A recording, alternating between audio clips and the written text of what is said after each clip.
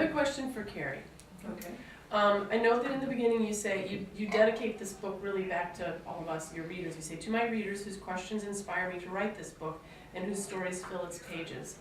But I'd like to know who you, when you envisioned it, who you saw the audience really to be. Besides me. Wait, besides just who you know by name. Yeah, really Yeah, don't use names. And how the process and by which this one was born.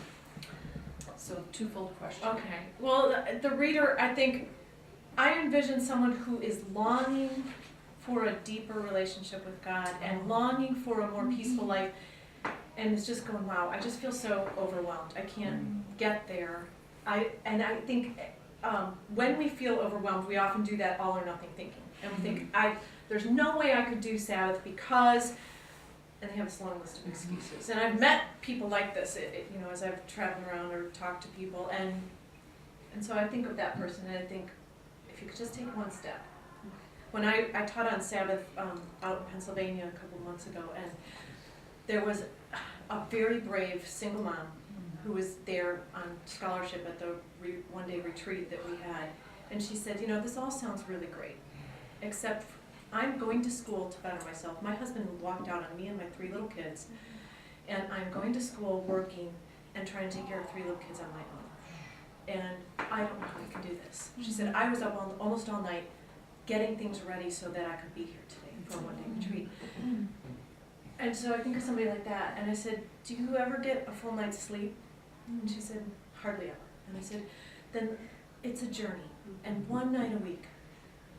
Look at your boys and tell them you love them, and get 8 hours of sleep. And that's enough for now, that it's a journey. And I think that's one of the things that I want to just, that it's easy to throw up your hands and say, even if you're not a single mom who's going to school and working full time, to just say, what is the one next step? And God is so gracious, and so to just keep that in mind, but I think of people like that, who think they can't do this. They come up with all kinds of excuses, and some of them are really good excuses out there. More power to them, but to not beat yourself up if you can't do what you think is perfectly, or if your family won't cooperate or whatever. So, what was your second question? Just that helps to answer it a little bit, the inspiration as to how the book was born. I mean, I know usually there's a point at which you say, I really feel God calling me to write about this.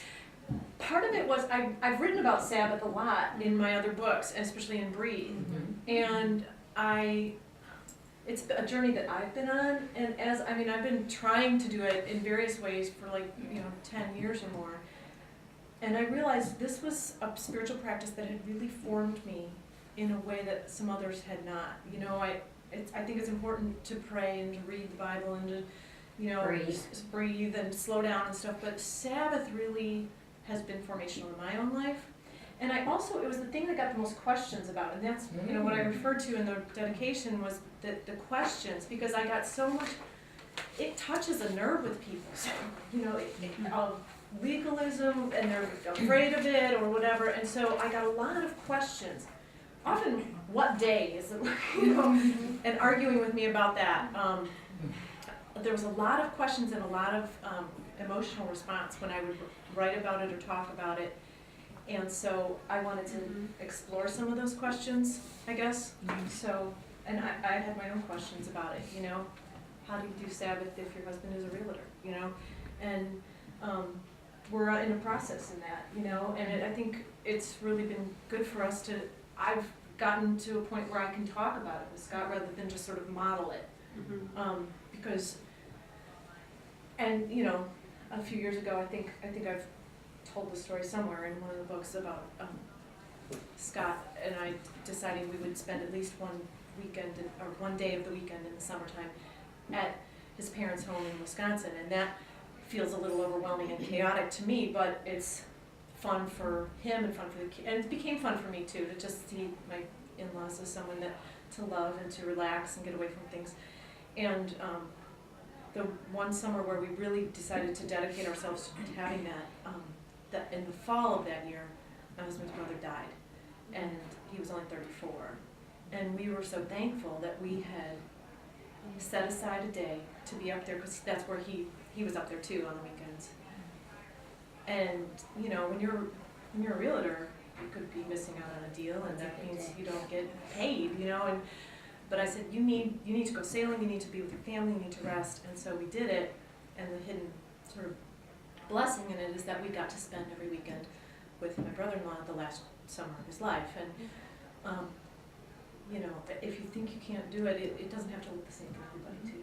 So. You know what I wanted to make a comment that is so great about the book is that it transcends religion, spirituality. Absolutely. Anybody needs it. Everybody Everybody needs needs it. Man, woman,